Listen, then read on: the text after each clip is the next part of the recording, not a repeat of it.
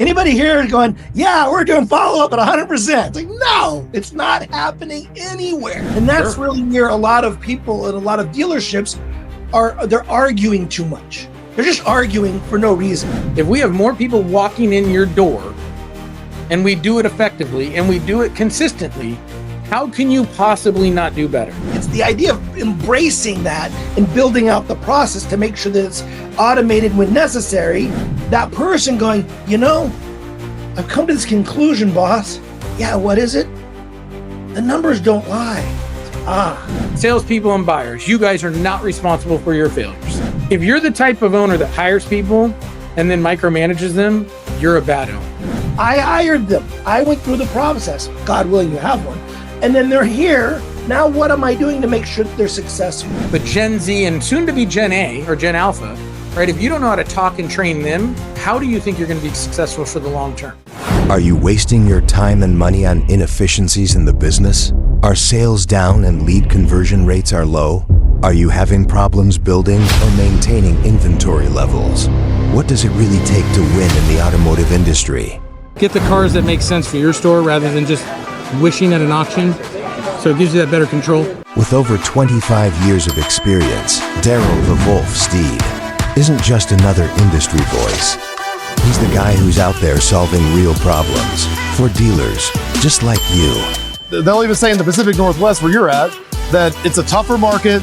It's it's tougher to find cars. The market's a little bit softer, and in the midst of all this, your turn doubled and your profits up 75%. Yes.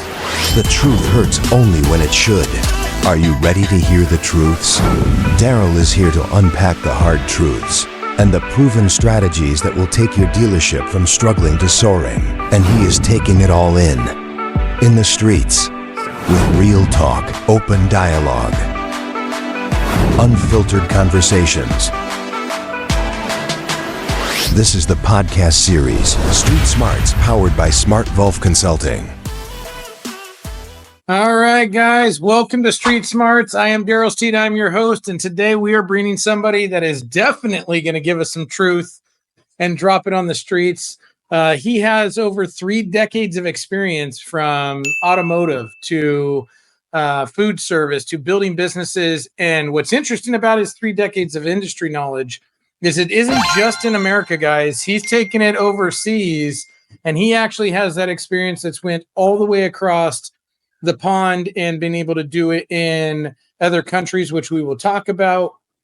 And what's really great with having Chris on the show is that he takes a unique experience on the consumer side, consumer experience side, and really kind of delivers it and understanding how to create that connection both in the buying and the selling strategy, which we're going to go into, because I got the pleasure of actually working with Chris. We're going to talk a little bit about that.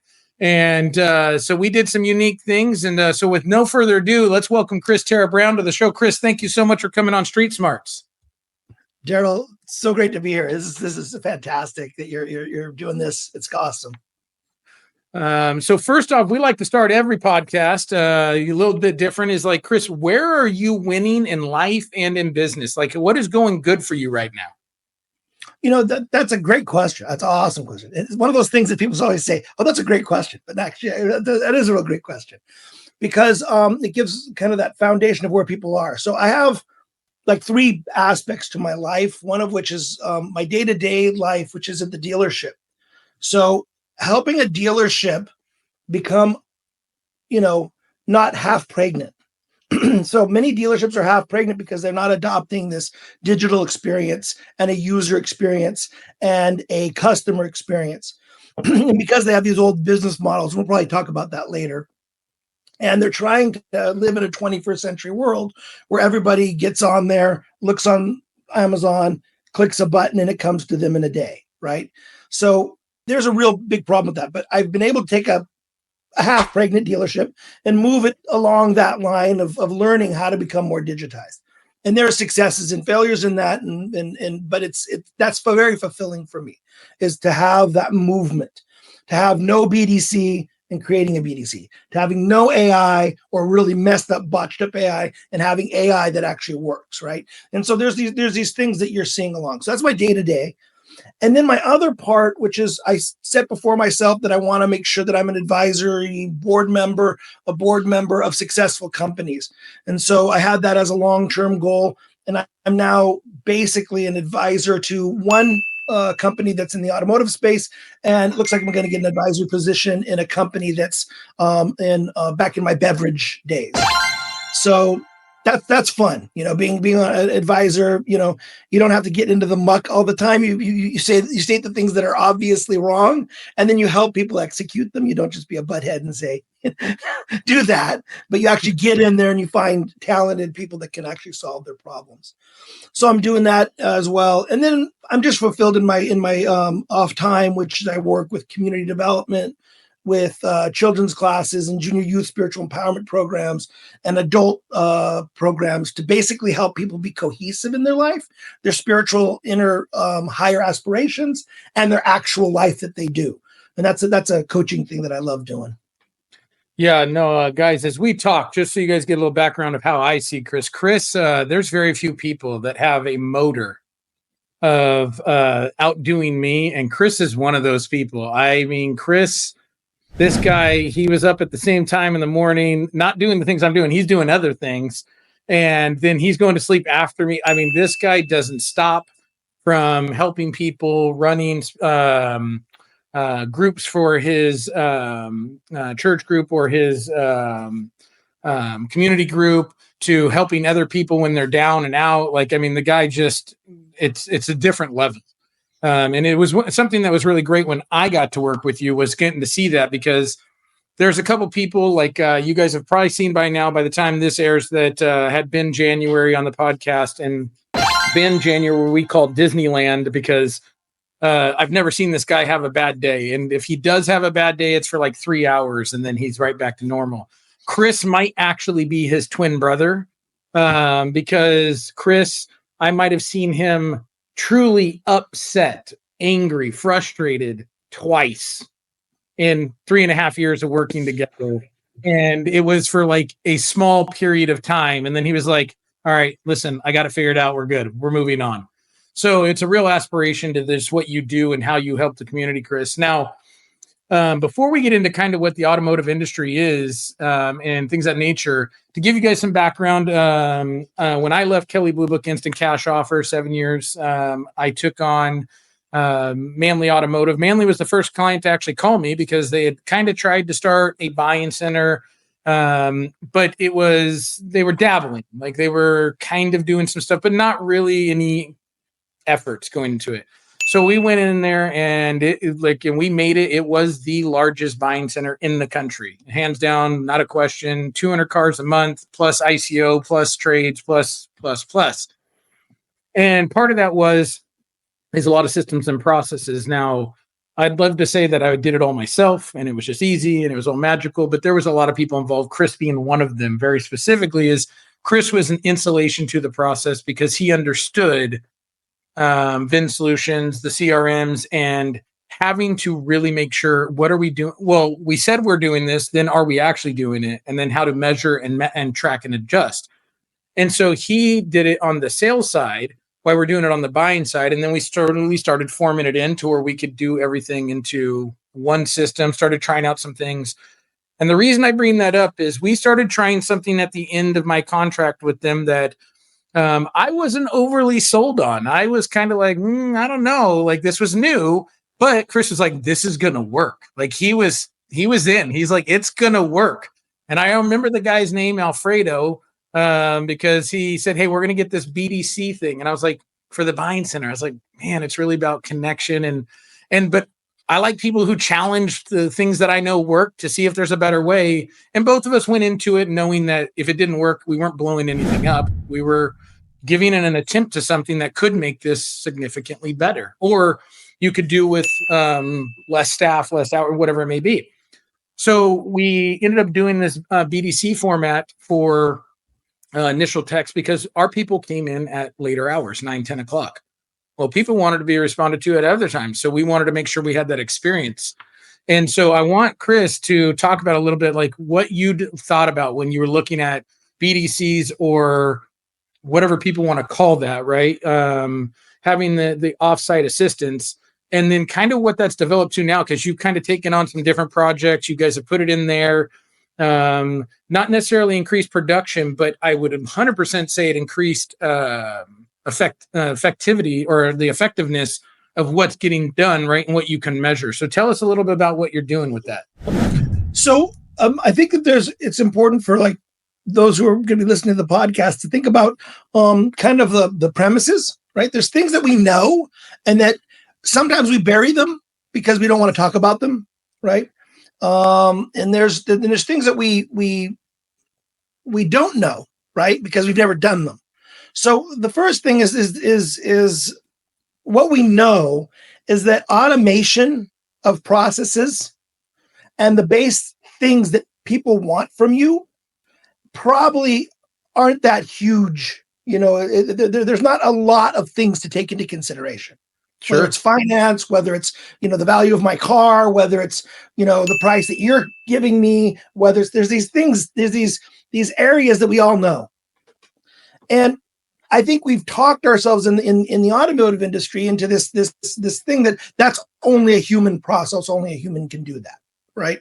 And sure. I think that's something that we have to reconsider. There's automation of templates that you can send out. There's like the cyborg approach, which is that I have a bunch of templates developed and it's a person that goes, oh, I'm sending you this template. This is what you've asked. This is what you've asked. Nicely worded, a link there to go to the application of whatever you're doing, whether it's your value of your trade or whether it's the financial application we need to see your credit score to give you the price, all that kind of fun stuff, right?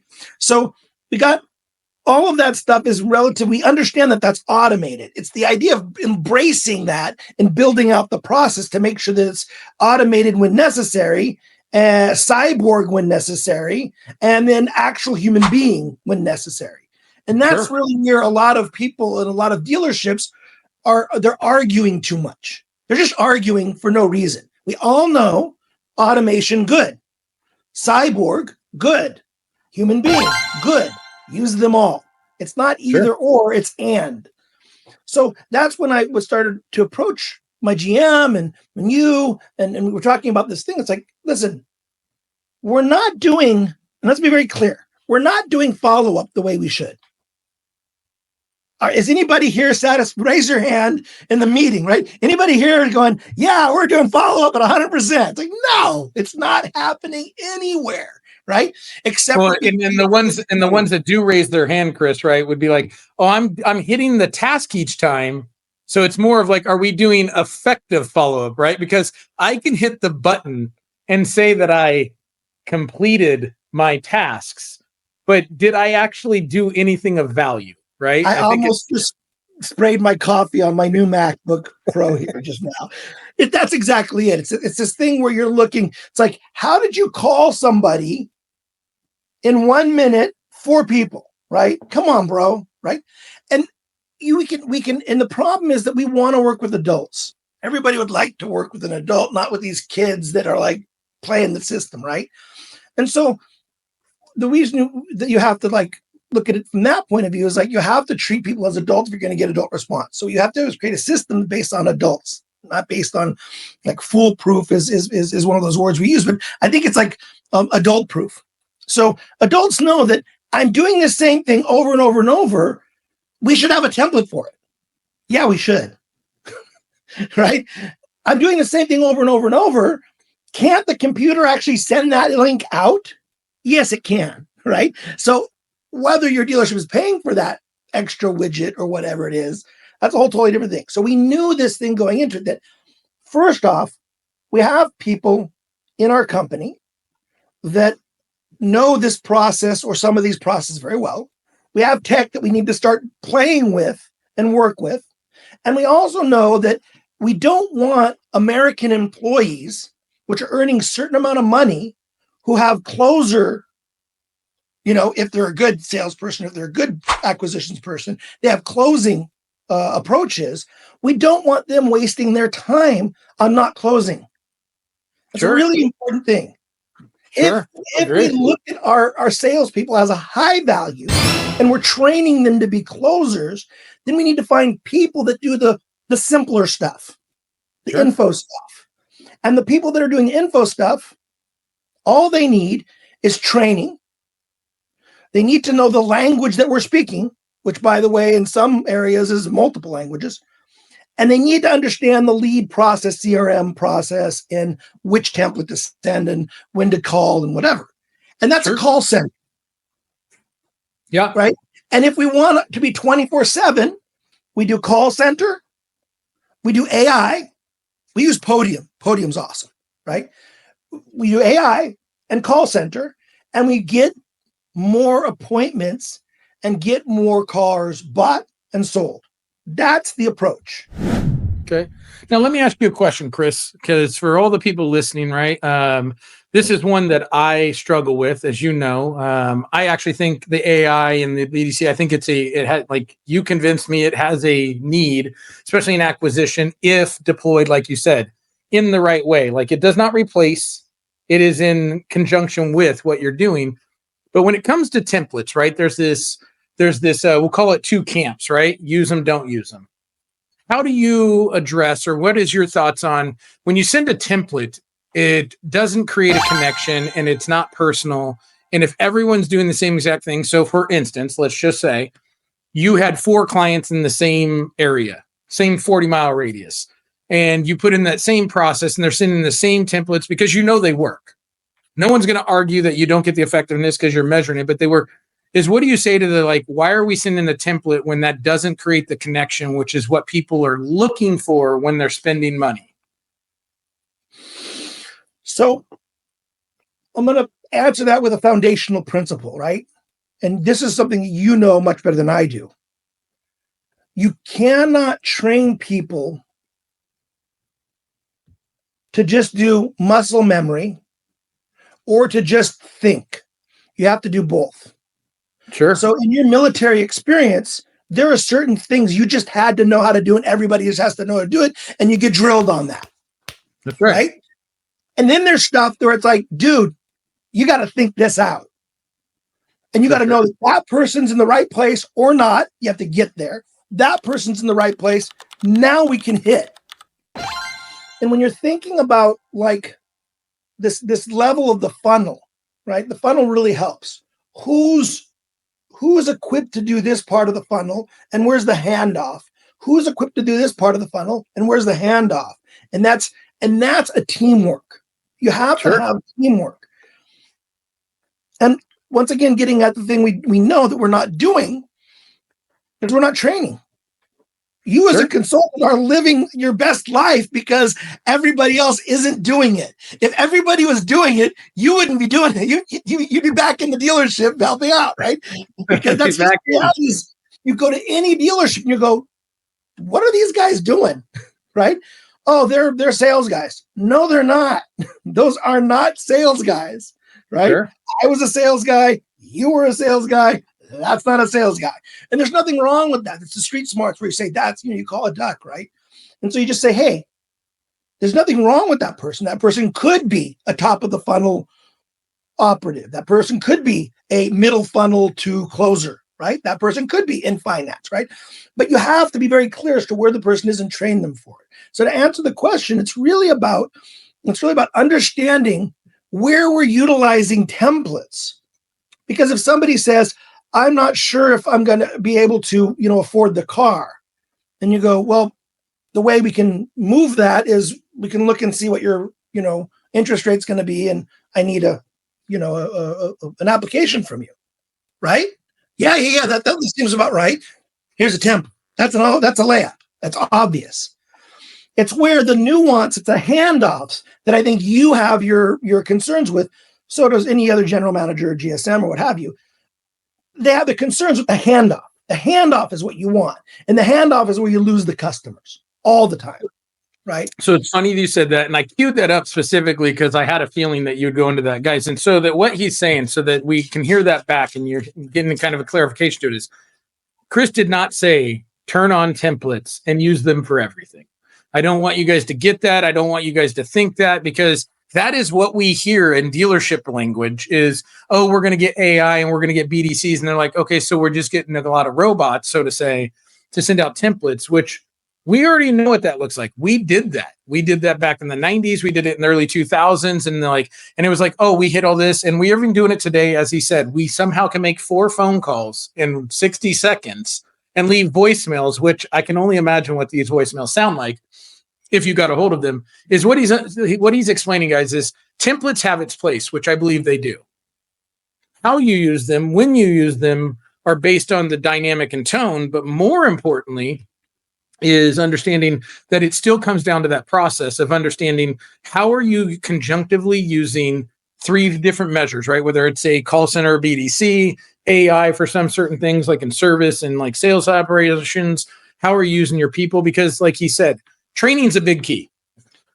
Chris and I both agree that training is not only undervalued in today's market, and not just automotive, just pretty much across the board and everything, but is if you empowered your people and train them and you give them that ability, you would be surprised. And when I say this, surprises come in all shapes and packages, guys. You'd be very badly surprised and very happily surprised of if you have the right people work for you. You train people, you give them the power, you put them in the right position. Some people are going to be like, holy cow, I can't believe we didn't get this person going sooner. And then you're going to realize sometimes you go like this, I can't believe we've had this person around for this long.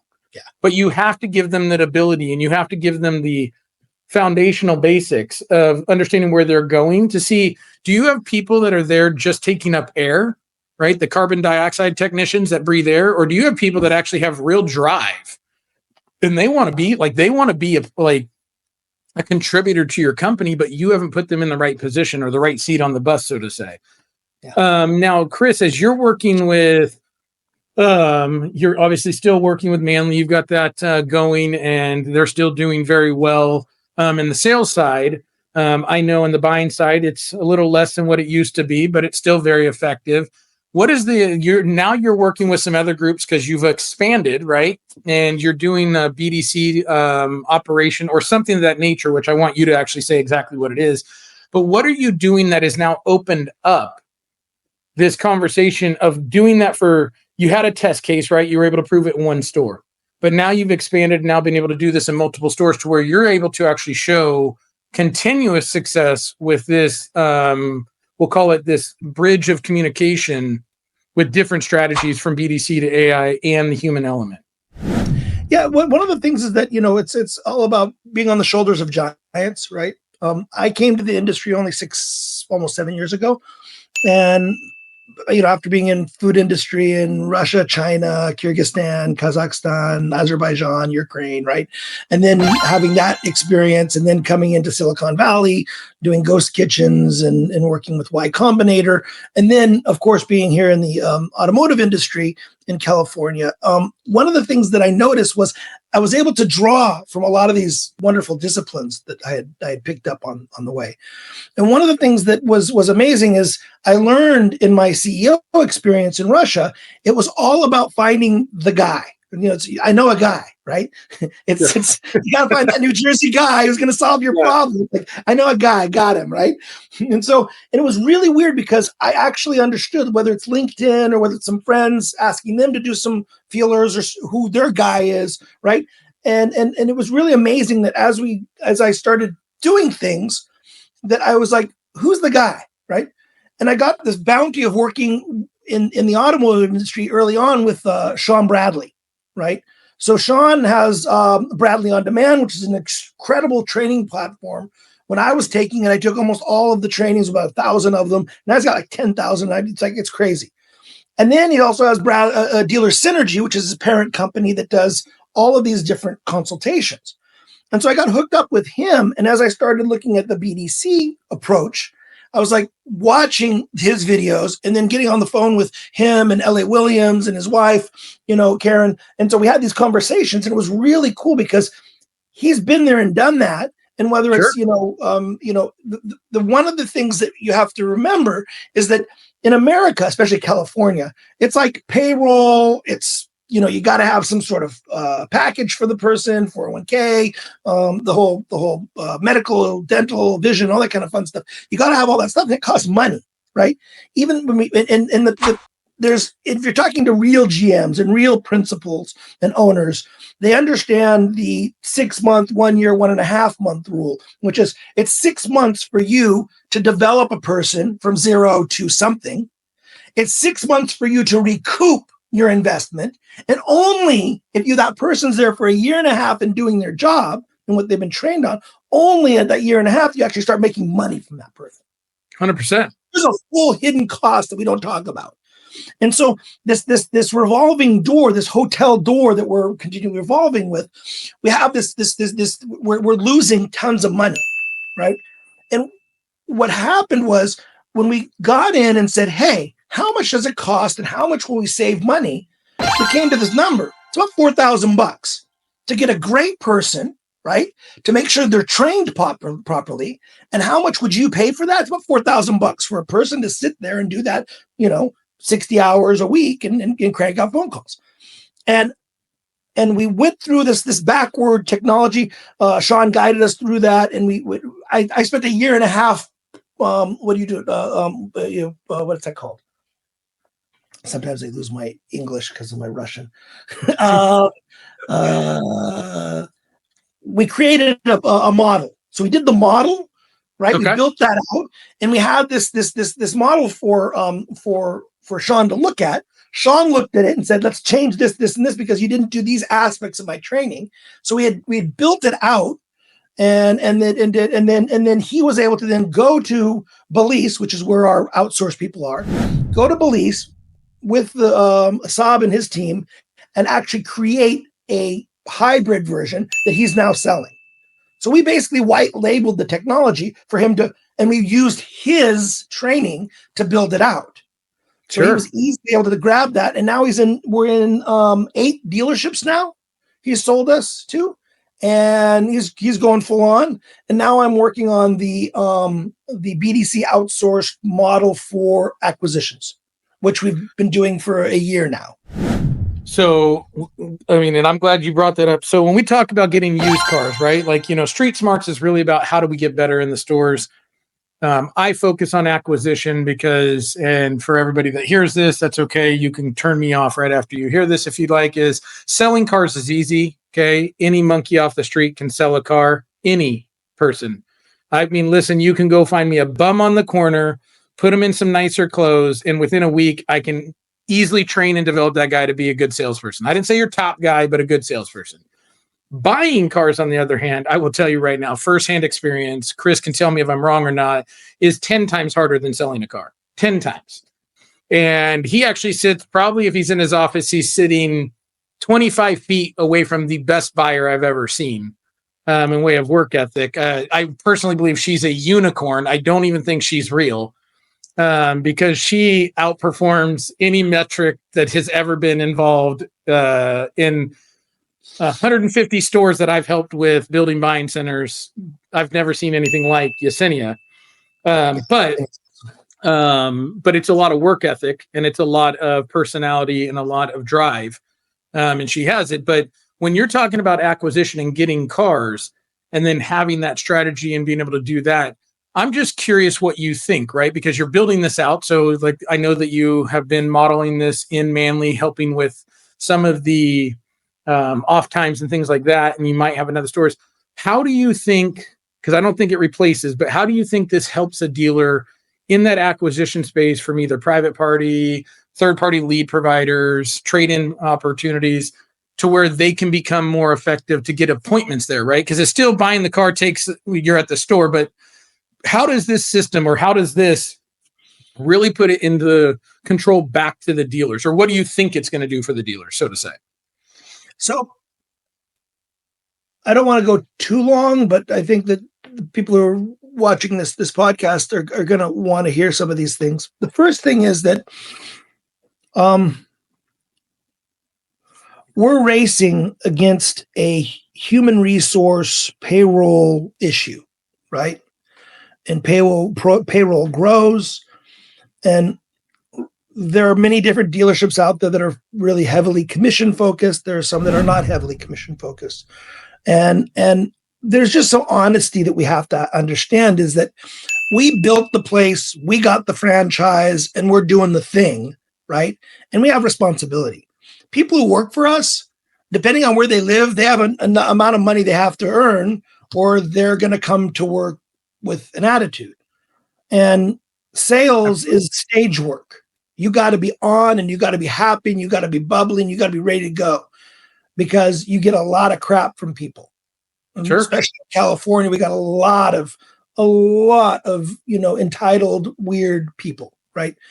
And so we have to meet those minimums. And the reason why I bring that up is that one of the ways to reach minimum requirements for a, was it $6,000 a month, $5,000, depending on where you live, maybe $10,000 because we're in Sonoma County. It's crazy, right?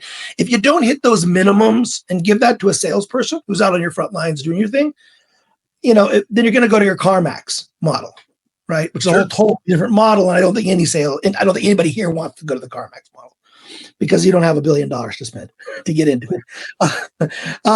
So the reality is that you got to do this, and you have to include, your profit, your margin. And so the way you do this, you don't have a lot of salespeople, right? It's not the Stalingrad, throwing all the, the resources against it, because you're going to be able to, you just have more of them, right? That's just not a model that's sustainable. It's messed up, and you get awful ratings from your customers and so on and so forth.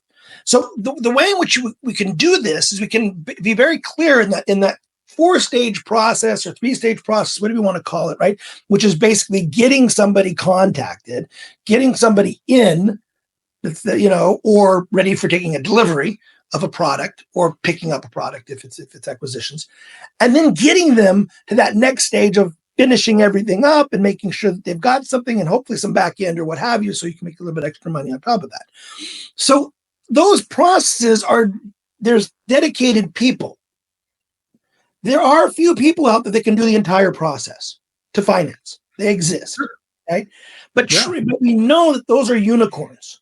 And you can't build a system on a yes and yeah, or you can't build a system on a, me or Darrell, right? Because this is unicorn world, right? Crazy people that are up at 6 a.m. doing this stuff. It's just a different world. So what you want to do is you want to have a process that allows occasionally a unicorn. You can support them separately, and you can actually tell people as a possible, future endeavor that you can be a unicorn, but you have to do these things, right? And then you have your everybody else, who you want to make sure is in their right seat, as you talked about from good to great. It's like get everybody on the bus, in the right place in the bus, and get the wrong people off the bus. Only right people on the bus, wrong people off. Hire slow, fire fast. So there's these things that we know, but when you put them into action, we actually start doing them. We start, oh my goodness, this is actually working. And it takes a little while to get those things happening.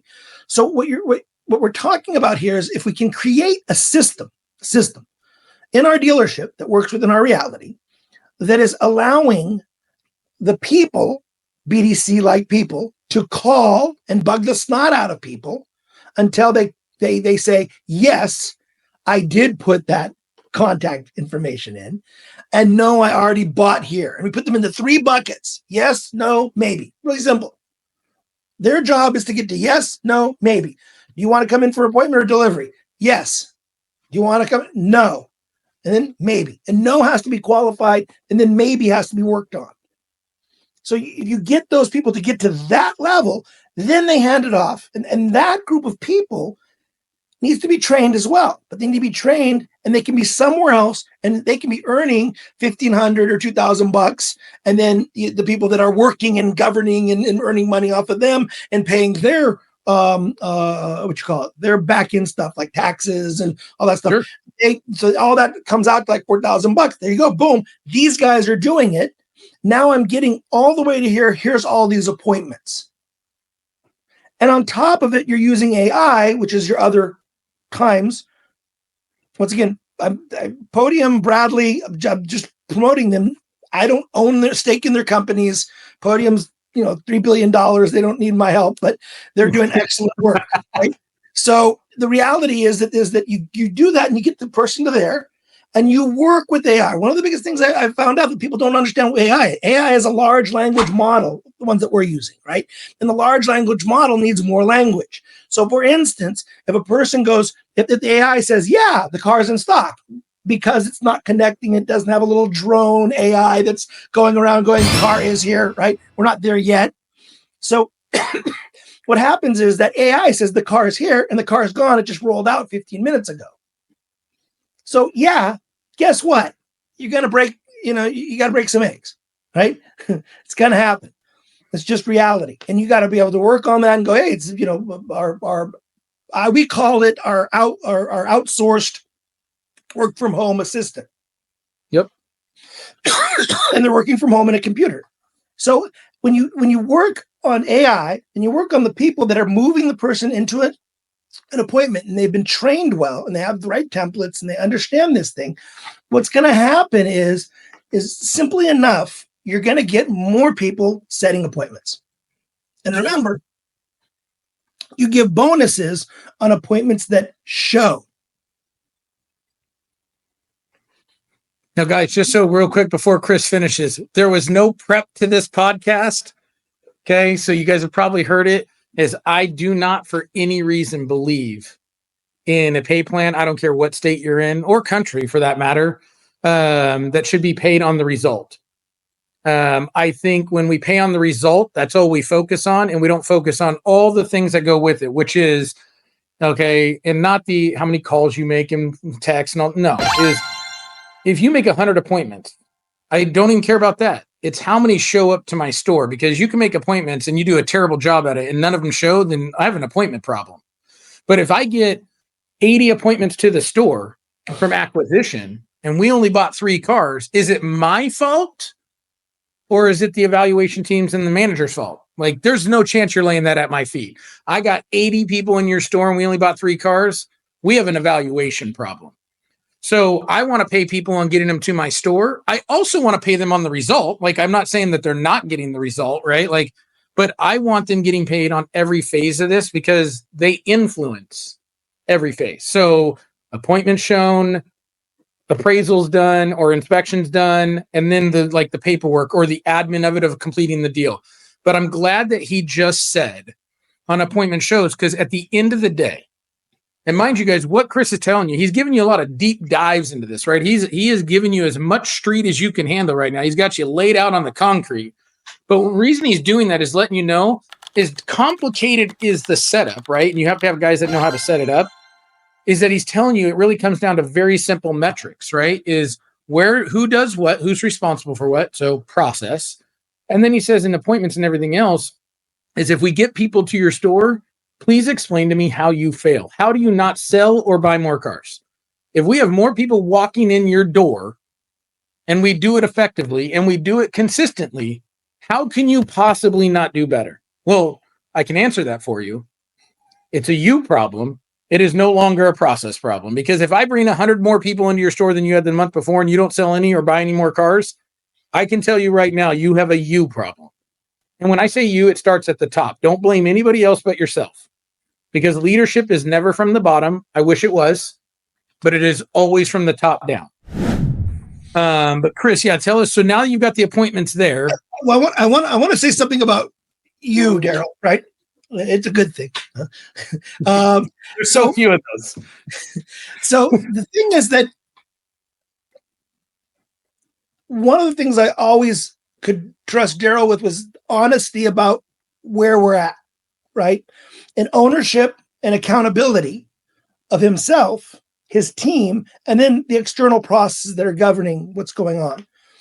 And let's be very clear here. So he took a attempt to do buying. And I'd love to do a whole section on Ken and him and his wife doing Facebook and what was the attempt to buy stuff from the world. And then him coming in and going, no, right? And then taking a group of people. And what was really interesting, he did something that was very tactical and amazing. Was there were people in the organization that wanted to make it. And there was a couple of guys who weren't quite making it on the showroom floor.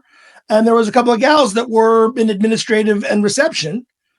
And he had a 75% success. Only one of them was bounced out. And the other two, they're buying, 15 to 30 cars a month. And let me just repeat that. 15 to 30 cars a month. That's right now in our climate, which is very different. One of them got up to 70 cars a month. And that's the Yesenia, right? So it is a team that was able to, and it was constantly moving in a way in which, hey, let's do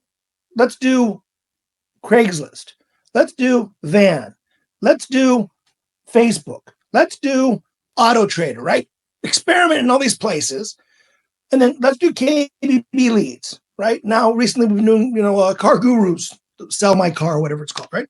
Anyway, so all of these spaces and built out a 5-6 person team, some of which focusing on leads because they're internet type people, some of them focusing on just looking through Craigslist and trying to not get bounced off of Craigslist. So your IP can still converse with them. Right.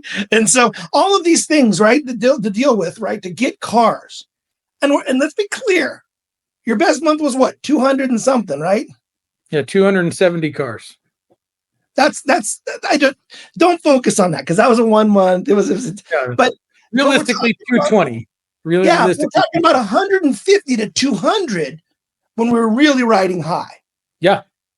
Darrell has left that to go on to his career, to do this podcast, to work with many, many, many dealerships, right? We're still doing 120 to 130. And we're not like doing the process to get back up to the 200 that he wanted to make sure that we had. So this is a very important, these are numbers. So a sustainable 100 to 150 buy center, that's a lot per month. That's a lot. So I just wanted to when we talk about the processes, I just wanted to cover that. It's really an important thing. I'm doing BDC, outsource, AI, that's what I do. He's doing processes and acquisitions and making sure that it's integrated into your existing system. That's a whole anyway. And we didn't. I'm glad you said that, right? Because some of the stuff that we're talking about, right, guys? And listen, Manly was kind of the beta test. And if you've seen SmartWolf Consulting, you'll see that we took the DMS info, we scrubbed it, and you can see their numbers. And needless to say, there's no profitability problems of what they spend to what it gets. However, and then things obviously fall off, right? Because if someone leaves and there's a different process, but like he said, which is great, is are they doing 200 a month? No. And why does that? Because that takes constant effort, constant change, constant adjusting and tracking. But to know that you build something and now it can do the 100 on the low side, 140, 150 on the high side, but it averages 120. Okay. So ask yourself that really great question. If you had 100 cars a month, we won't even give the high months, right? In summer, we'll just give the low months of 100. Let's say it's 90 on the worst month. And you do 90. If you bought 90 cars every single month, would you be better off or worse off than where you're at now? Now, keep in mind, this didn't happen the first year, so let's not sit there and blow smoke up anyone's ass. It did take a full year to get it to where it was. And if we take COVID out of the 1 year, because let's get real, if we just showed you COVID, you would think that I walked on water, but who didn't? But the year after COVID, we only had a 20% reduction when everyone else had 60. Mm-hmm. So it is one of those things, but I think what's important, right, is tying Chris in is this BDC is, okay, so my contract was up, okay, and I had a very long-term contract with them, left them in a good spot, they're in good shape, is that Chris knew, okay, look, we also have to have some things in place to where when he goes, we don't have someone that knows all these things and does all these things, and we don't have anyone that can be him, right? And so this BDC aspect of it is let's get these things dialed in, which he started the last year I was there, was let's have these things in there that are the safe gaps or the stop gaps to ensure the things that he looks at every morning, every day, talks about are looked at and at least done, completed, so that we never have this issue of well, how did we lose 25 car deals this month that we could have made? Well, because no one was looking at it. This BDC or having that in acquisition is a stopgap. It's one of those things where it's like, okay, your people aren't going to be there 24/7. Heck, if your people there are 8 hours a day, working, truly working, let's be honest with yourselves, truly working, give them an hour lunch and they're getting 8 hours of work, you have the best run store in America. And you don't tell anybody about it because you have a secret.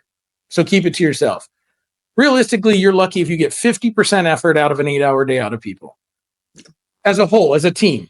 Now, I'm not saying that that's something we're going to address or talk about or anything else, but that's real talk, guys. And right now, turnover is at 54% in the automotive industry. Now, it's down from the 80s where it was 82%, but we're still at a 50% turnover ratio in automotive sales. Oddly enough, we don't have a big turnover in techs and service advisors. It's always in sales, but 54%. So now having something in place to where if you didn't have the right person, or if you didn't have somebody like me, like you haven't hired me to come in and do something for you or anything like nature, you have an opportunity to have something where, hey, if this could get built out for you, again, you still have to have a good process.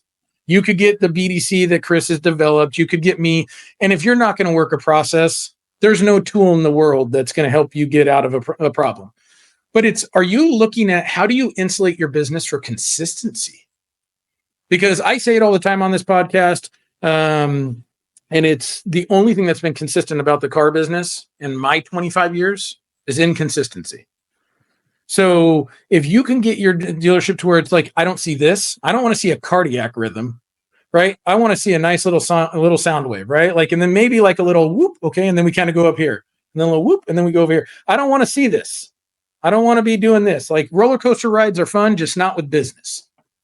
And so I think it's interesting, and I wanted to have Chris on because when he's doing this, I was the first one to be like, man, I'm not a big fan of templates. I'm not a big fan of like BDCs. I'm not a big fan of doing this. I wasn't, because let's get real.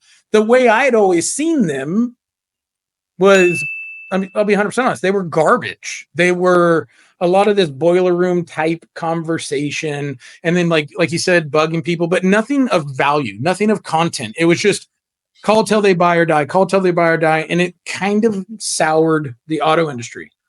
But when Chris said, no, he's going to do this a different way. And everything Chris did was in a different way. There was nothing he did of the standard model auto industry because he didn't come from it.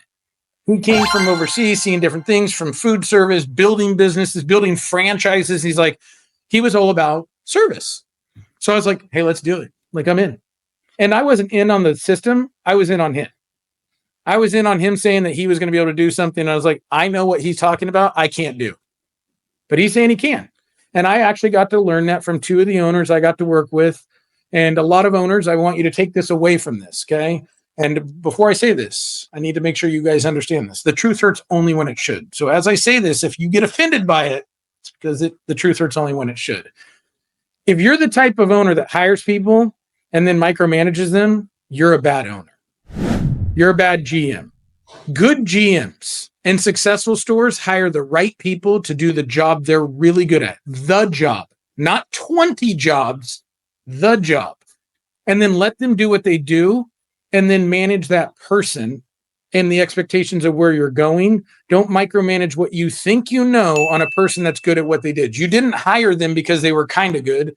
You hired them because you heard they were good or they are good. Let them do what they do and bring it into your organization. If that offended you, it should have, okay? Because the truth hurts only when it should. However, Chris said, hey, we're going to do this. I thought it was great. After I think 3 or 4 months, I saw what he was doing in sales and I didn't have to go to him. He came to me and says hey, can we try this in the buying center? Well, I saw how he turned some of the biggest slugs around in the sales side to them actually being effective because of the handoff. I was like, yeah, let's take to 2 guys that weren't performing great. They were doing okay, but not great. And said, hey, let's start putting it in on those guys. Like their stuff. And I was like, because what's the worst that can happen? If we're in the same spot, hey, why not? Let's give it an attempt and see what we need to do. Well, it brought their numbers up. Not like it didn't double them. I'm not going to sit there and tell you guys like, oh my gosh, like he put the magic pill in and it was like great. No, but it brought their numbers up. And you know what it also did? It made those 2 people feel empowered that somebody helped them, that somebody put them in a position to win, right? They didn't feel like it was them against the world anymore. Like when you're sitting there, guys, And everyone has it in their industry, right? Top sales guy, top buyer, top manager, top finance guy. It is hard when you're doing your best and you're living in a shadow that's so deep. So I'm going to give you this parable because it pertains to Chris, and I want him to just tell you how he thinks about this. So I have this buyer, Yesenia. She is an adorable young lady. Her story is kind of epic. Started at Chuck E. Cheese when she's like, I don't know, 18, 17, whatever. And then we hired her at 19 or 20 at Manly as a receptionist. And I'll be 100% honest, she's not receptionist type material. She's very quiet and shy. So they moved over to the buying center. She speaks Spanish, but she's a hard worker. She'll email, she'll call, she'll text, she'll do whatever you need to. This girl right out of the gate, boom, killing it, buying cars. She's like just a breath of fresh air. Then when I got there, really like turned it up. And I mean, I think one month she did like 90 cars. It was something insane, right? And then she had 2 back-to-back months of like 70 plus. Like she was averaging 65, 70 cars a month. Well, now you have a guy who's buying, let's say 25 or 30. Mind you, that's a good number. That's not like he's not a bag of garbage buying 25 to 30 cars. However, when you have someone sitting 8 feet away from you buying 70, you buying 25 makes you feel like you're pretty insignificant. Yeah. Okay. And it creates a dynamic of like, you know, oh, is she favored? No, this girl, like, I rarely saw her take a lunch. Like, she just was on the phone at all times. Like, she just worked. It reminded me of the movie with Will Smith when he works, the true story about the guy.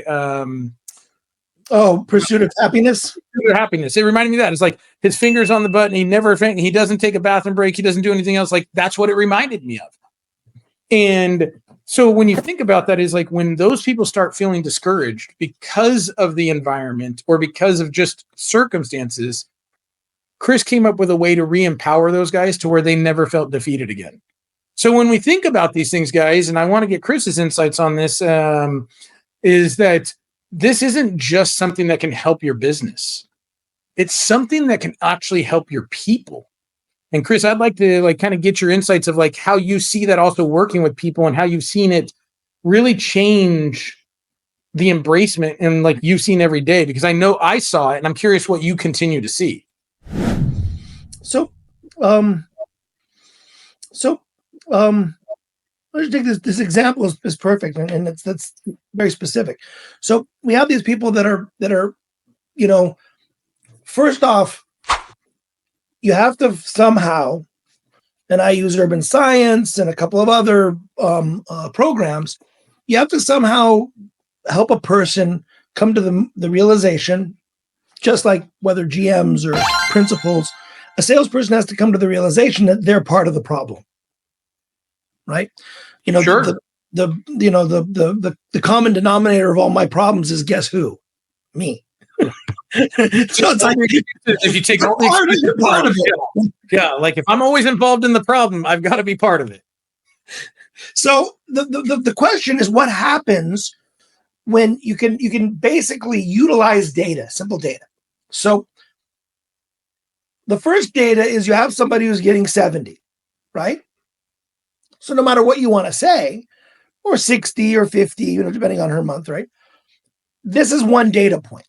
So it exists. Sure. Right? The next data point is the opportunities you're given and what do those give you, right?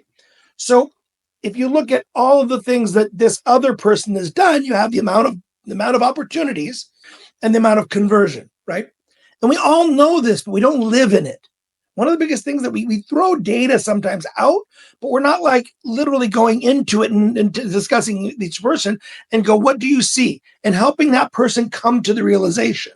It's really important. We berate people and they don't come to the realization. Then what occurs is we don't get a person that's owning their own reality. Yep. And it's very important that we own our own training. We give enough support and training. So we onboard the right person, at least as, you know, and we've defined that. We give them the right amount of training, and then we discuss, and in that training, they're saying the things that we understand is a person that has accountability, right? So if that person says, yeah, I got 120 leads or 150 leads, I do believe that it's a 5 to 7% conversion for acquisition leads. I have seen that. I have done that, or somebody else has done that. And I should have been at this number. Yep. Right. This is really an important feature of training. The training it's not just like the numbers don't lie and we throw all these slogans out in the auto industry. It's really about that person going, I've come to this conclusion, boss. Yeah, what is it? The numbers don't lie. It's like, when they come to it, you let them go through the process. And that's a long process. It's not easy. But it's the same thing you would do with your kid.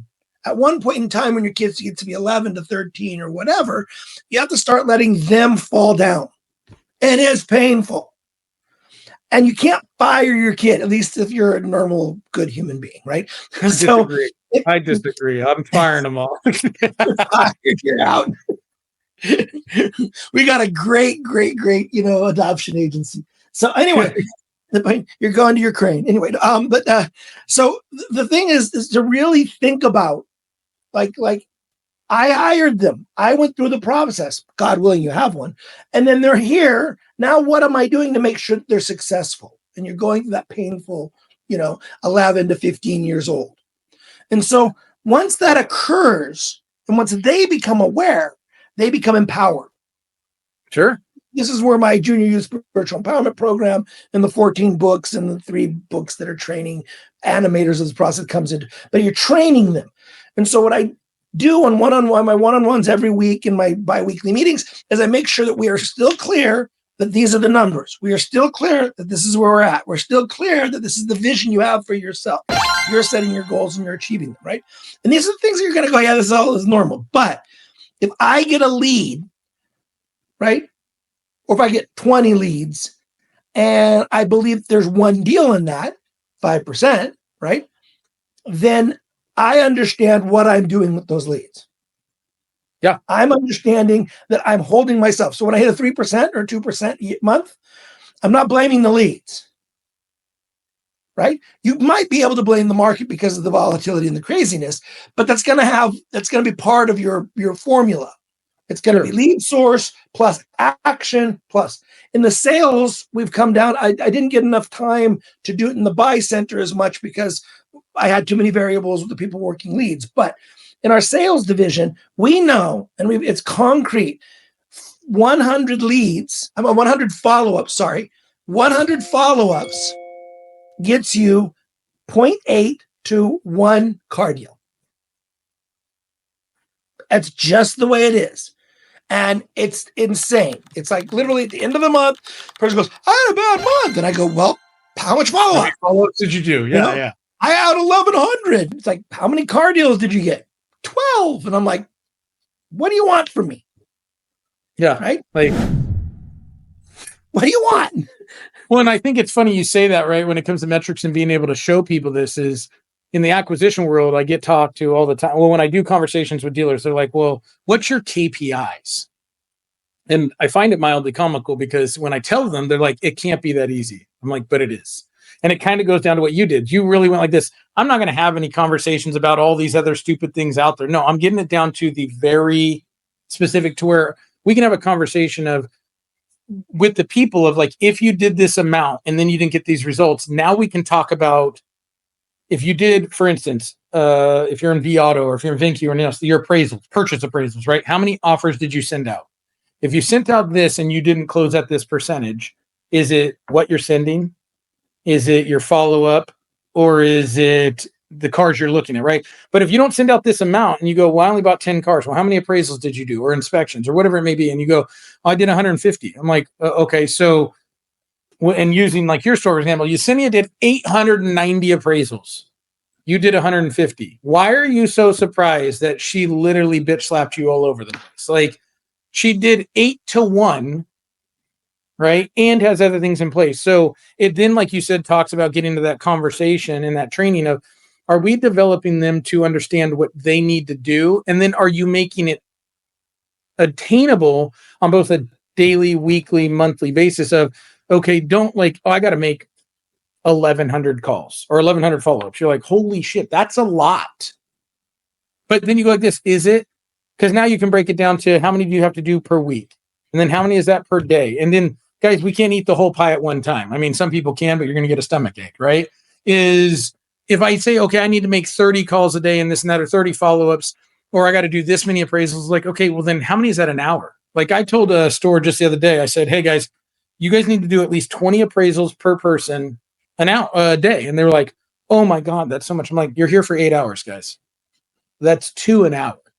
Like 2.5 an hour. I said, how long does it take to find a car, get the VIN number, spit out a number? They're like, I don't know, 4 minutes. I'm like, okay, so if we did 20 of those, 4 minutes, that's 80 minutes. That's an hour and 20 minutes, guys, out of the 8 hours. Now, the other 6 hours that you have here, yeah, I'd like you guys to do some other things, but like at bare minimum, can we get these 20 in and these offers out? Because again, it's about creating conversations, about creating the dynamic. So I think it's interesting, like with you doing the BDC, and then I know you focus a lot on, same as I do, is training is this missing word.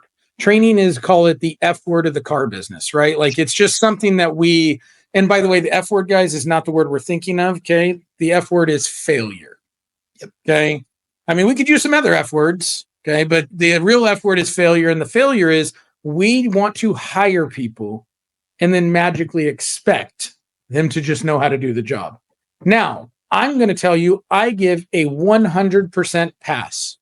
Mark this day down when you guys see this podcast. Salespeople and buyers, you guys are not responsible for your failures. You are responsible for absolutely 0 of them. Because if you don't have training and you fail, then we set you up that way.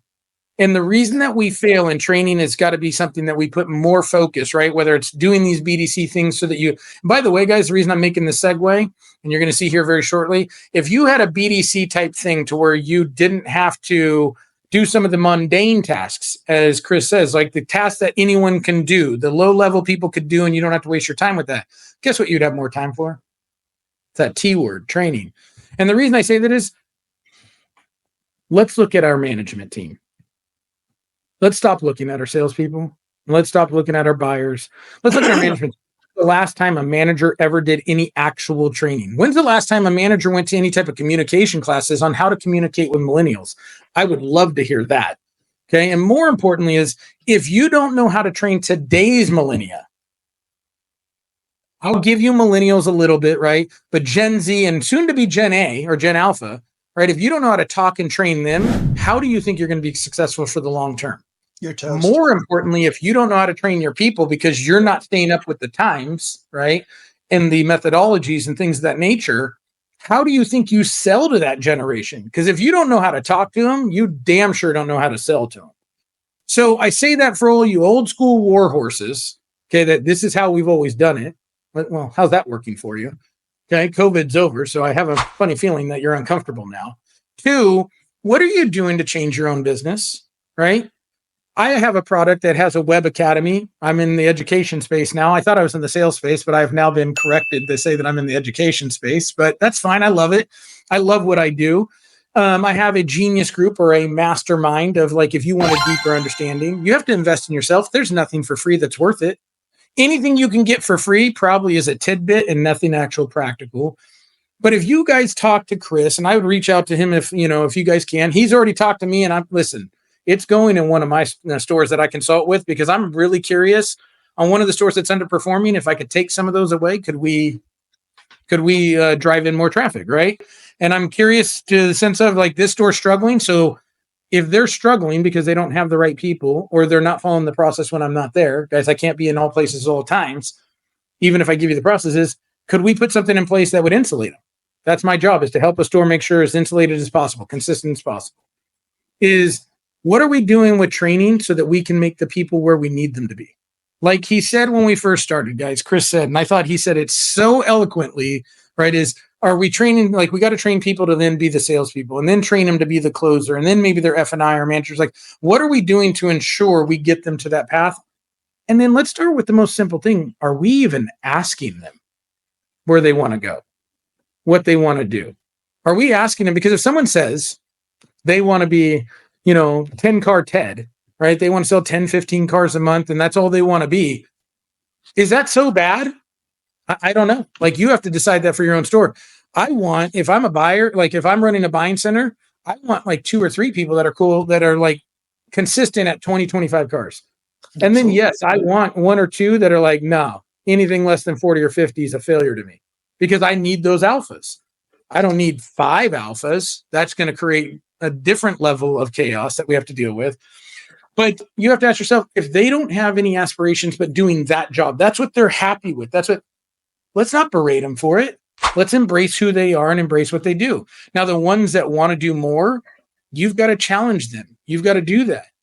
Yeah. Right. And I'm going to let Chris, I'm going to ask him one more question, have him finish up, but I really want you guys to focus on that law of the lid.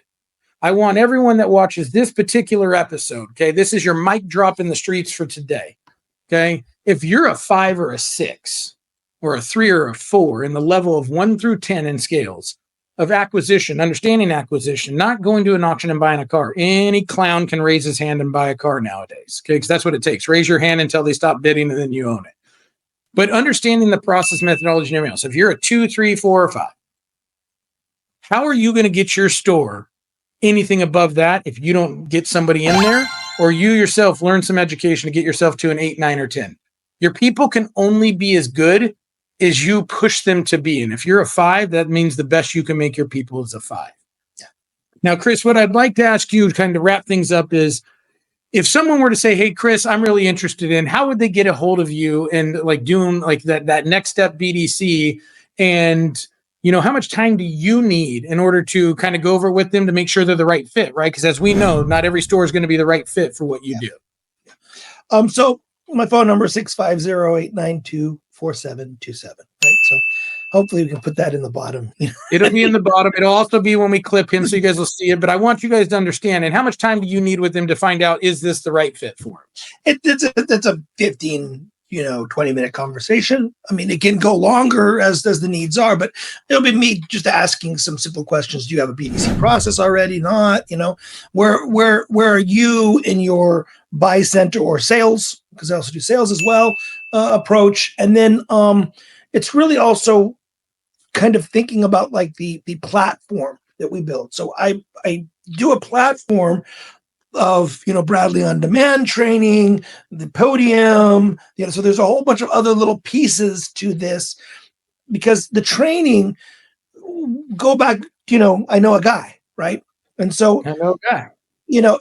It's not me built this whole thing, right? It's me stepping in and going, hey, these are the pieces. I didn't make VIN solutions, right? And if you're doing something else like, the other ones that exist that I don't use much, but I mean, our BDC team is now trained on 1, 2, 3. I think they're doing Reynolds, and Reynolds now is like 4 CRMs, so they can convert to. And we have Alfredo, who's the man. He's actually working on and developing all of the things that go into these different systems. And once you learn one, you can then now transfer that. So it's really about asking some questions about where you are, and then being very realistic. Start with 1. And does it move you up 10, 20, 30 cars that you buy or sell, right? Depending on where you're at. And then are you doing, what are you doing in the external world, right? So you got to have leads to do a process, right? So if you're asking for something we haven't done yet, which we've talked about a little bit, which is having people in another country hunting, right, on Craigslist or on Facebook. That's a whole technical thing about like having a computer here that's geocentric and then having that translate to those kind of things we can work on.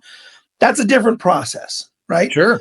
But if it's a lead generating process from your website, from third parties, whatever, right? And that lead is moving in to a person who can work them down the funnel and get you the appointment. That is the approach. And the conversation will be simply, do you have these things? Yes, no, maybe. This is the experience we have. These are the numbers we have. It took us this long to get to that number. And what would you like to do? Each person, whether sales or buy center, is from 4,000 to like 4,500, depending on how much extra you want to do, what you want them to do. And so it's really a simple kind of layup conversation. Well, guys, listen, you'll see sometimes I bring people on one because they can give us insights. And the other time I bring people on is these are people that they could have products, they could have things, but I build processes for people. I build dynamic things that are going to last test of time, but it's because I put the right people in my circle, right? So the guys I know, right? I know a guy, right? Like I know a couple guys, right? I don't know a lot of guys, but I know a couple. Is that when I bring people on, it's because it's people I believe in. It's people that I know that they work, right? So it's like, the old school way of giving a letter of recommendation, right, is like you'd write it out and it had to be all nice and everything else. And now I think people just do it with ChatGPT and it's like, that's not personal at all. This is my recommendation because these are people I know that go to war and they do it the right way. I would tell you guys to reach out to Chris. If you guys are interested, I know that it works. I want to thank you, Chris, for being on the show because like you talking about this process and giving some insights to people, right? Taking it to the streets of like, hey, this is what we actually see in the store and how it affects it. Guys, this is what we need to know, right? To make different decisions. I get it. There's a fear complex with everything in life. If we do something different, we're going to fail. Well, the good news is you're right. You're going to fail whether you do something different or not. It's how many failures you have because it's not that you're going to completely fail, but there'll be little failures, right? And you can track and adjust. But when we get insights like this from people doing it, this should calm or ease some of the fears of understanding there are people out there that you can help or people that like can help you. And that's a place to start, right? Everyone says like, well, I don't even know where to start. Here's your place to start if you're trying to figure out how to make more appointments, be more effective without spending an absorbent amount of money, right? Because he's right. If you are in states like California, Hawaii, New York, any of these other states, Washington, things of that nature, we deal with some special situations in these states where comp, employees, all kinds of things to deal with that this might be a viable solution for you. So I hope that you guys are listening to this. I hope you're engaging with this. I certainly hope to see some comments. Listen, and like I always say, all trolls are wanted. Okay, the goods and the bad. You can go ahead and troll and put all kinds of negative comments in this. Okay, because all publicity is good publicity. Okay, and at the end of the day, though, I got this critique the other day, and it has a lot of value, and I want to start putting this in. Is that when you heard this podcast today, I hope you came away with at least one thing that can make you 1% better. If you could become 1% better in any area in life, every single time you hear something, do something, or be something, that's what we're looking to do. So I hope that this helped you guys become a little bit better. You took something away.